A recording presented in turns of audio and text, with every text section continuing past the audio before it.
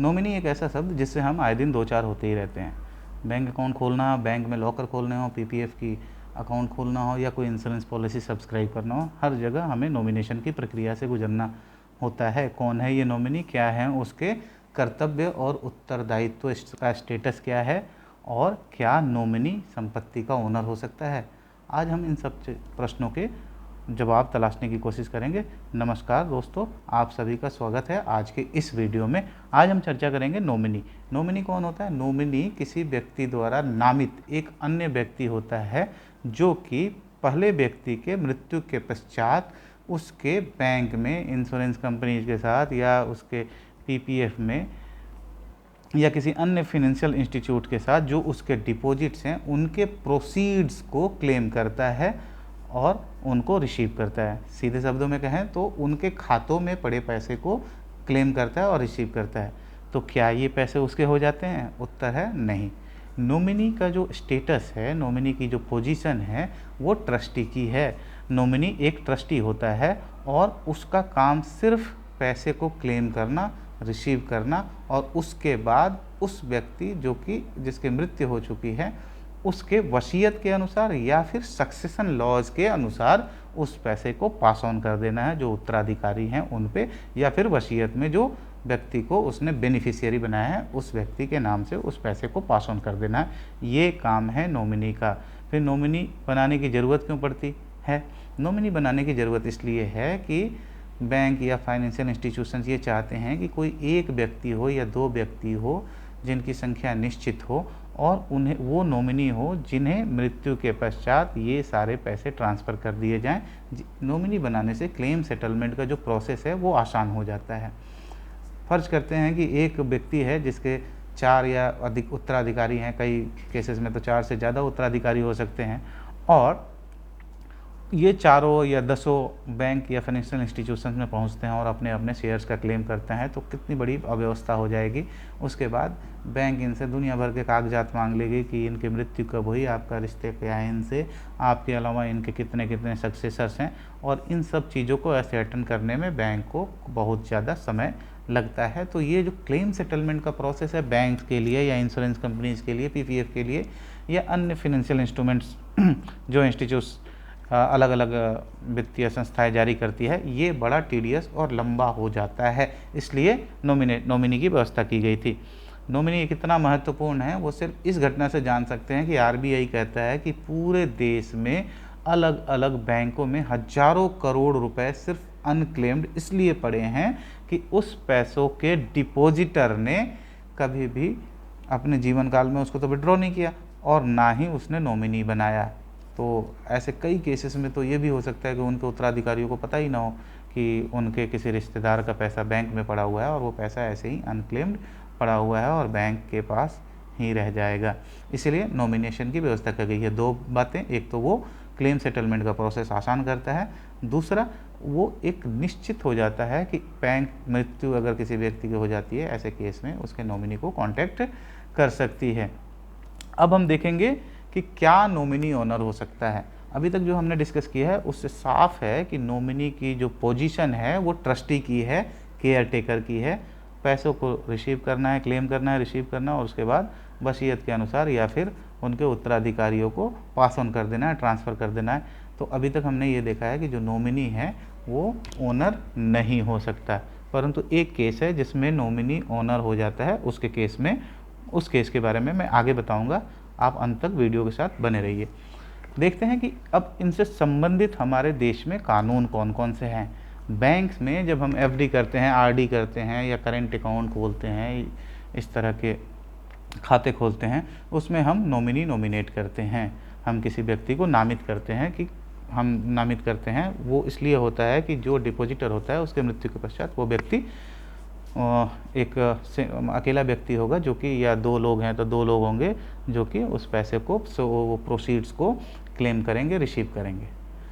Banking regulation act 45 ZA और 45 ZB ये कहती है कि आप नॉमिनी नॉमिनेट कर सकते हैं। नॉमिनी के अधिकार हैं कि वो पैसे क्लेम करेगी, रिसीव करेगी और नॉमिनी आप कभी भी चेंज कर सकते हैं। उसी तरह से इंश्योरेंस में नॉमिनी कौन होता है? इंश्योरेंस में नॉमिनी आपके ब्लड रिलेशन में से कोई हो सकता है। इंश्योरेंस एक्ट की धारा 39 ये बताती है कि आपके ब्लड रिलेशन में से कोई नॉमिनी होगा और वो व्यक्ति होगा जो पॉलिसी होल्डर है उसके मृत्यु के पश्चात क्लेम कर सकेगा और क्लेम रिसीव कर सकेगा।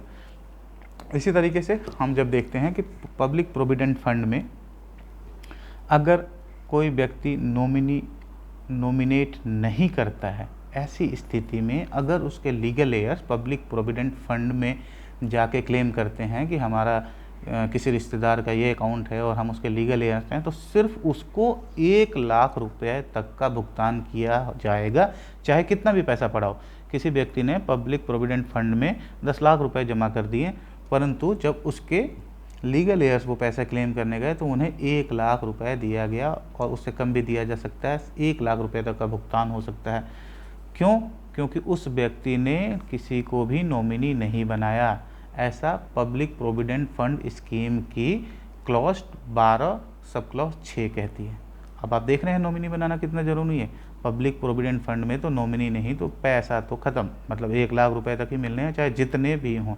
अब हमने देख लिया बैंक, इंश्योरेंस, म्यूचुअल फंड और पीपीएफ। तीसरा होता है कि एक कॉर्पोरेट डिपॉजिट होती है, उसमें भी बैंक के जैसी ही व्यवस्था है, उसको भी गवर्न करती है बैंकिंग रेगुलेशन एक्ट। उसमें भी आप नॉमिनी कभी भी बना सकते हैं, कभी भी हटा सकते हैं, ऐसे उसमें प्रावधान है और नॉमिनी को ये पैसे क्लेम करने और रिसीव करने का अधिकार प्राप्त है। अब सबसे अंत में जो मैं बता रहा था कि नॉमिनी कब ऑनर हो जाता है, वो मैं अब आपको बताऊंगा।